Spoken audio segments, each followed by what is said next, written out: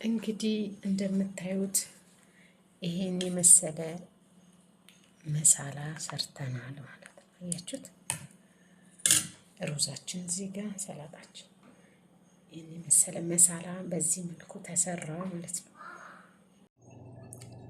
ሰላም ሰላም ፋሚሊ እንዴት ናችሁ? ደህና ናችሁ ወይ? እያለን የዛሬ ምሳችንን እናሳያችኋለን። ዛሬ የምንሰራው እንግዲህ መሳላ የሚባል ምግብ ነው። መሳላ ማለት ያው እንግዲህ የህንዲ ምግብ ነው። እዚህ ጋር እንደምታዩት ባህራት አዘጋጅቻለሁ።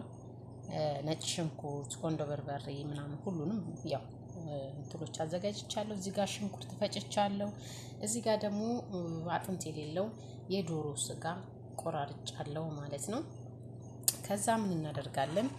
ይሄን እዚህ ጋር ያለውን ባህራት እዚህ ውስጥ እናረግና ያው አብረን እንትን ማለት ስላለብን ጨው ማድረግ ያለው አይታችኋል። ከዛ እዚህ ጋር ትንሽ ኦይል አረጋለሁኝ አብሬ ቀላቅዬ እንትልለዋለሁ ማለት ነው። እዚህ ጋር እንደምታዩት በዚህ መልኩ ቀላቅየዋለሁ።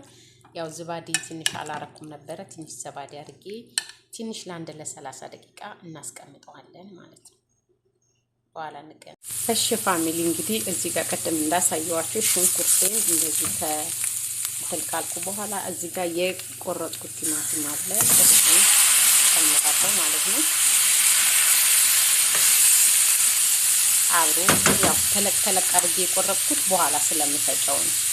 ኦኬ እዚህ ጋር ቀድም የተበልነውን ደጃጅ ያው መጥበሻ ላይ አድርገናል።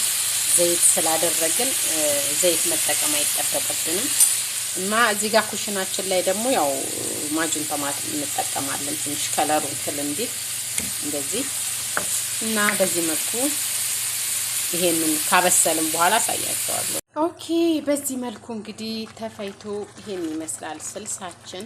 እንደምታዩት ከለሩ ራሱ በጣም የሚያምር ነው። እዚህ ጋር ደግሞ ሩዛችንን ጥደናል። ከዛ እዚህ ጋር ምን እናረጋለን? እዚህ ጋር ያዘጋጀነው ደጃጃችንን የጠበስነውን እንደዚህ እንከታለን ማለት ነው። ያው አብሮ መብሰል ስላለበት ትንሽ ሰዓትን የጠበስነ ያደረኩት እንዳያችሁት በመጥበሻ ያው እንደዚህ ይሆናል ማለት ነው። እና ያው መጨረሻ ላይ እንግዲህ ሲደርስ የምንገናኝ ይሆናል ፋሚሊ።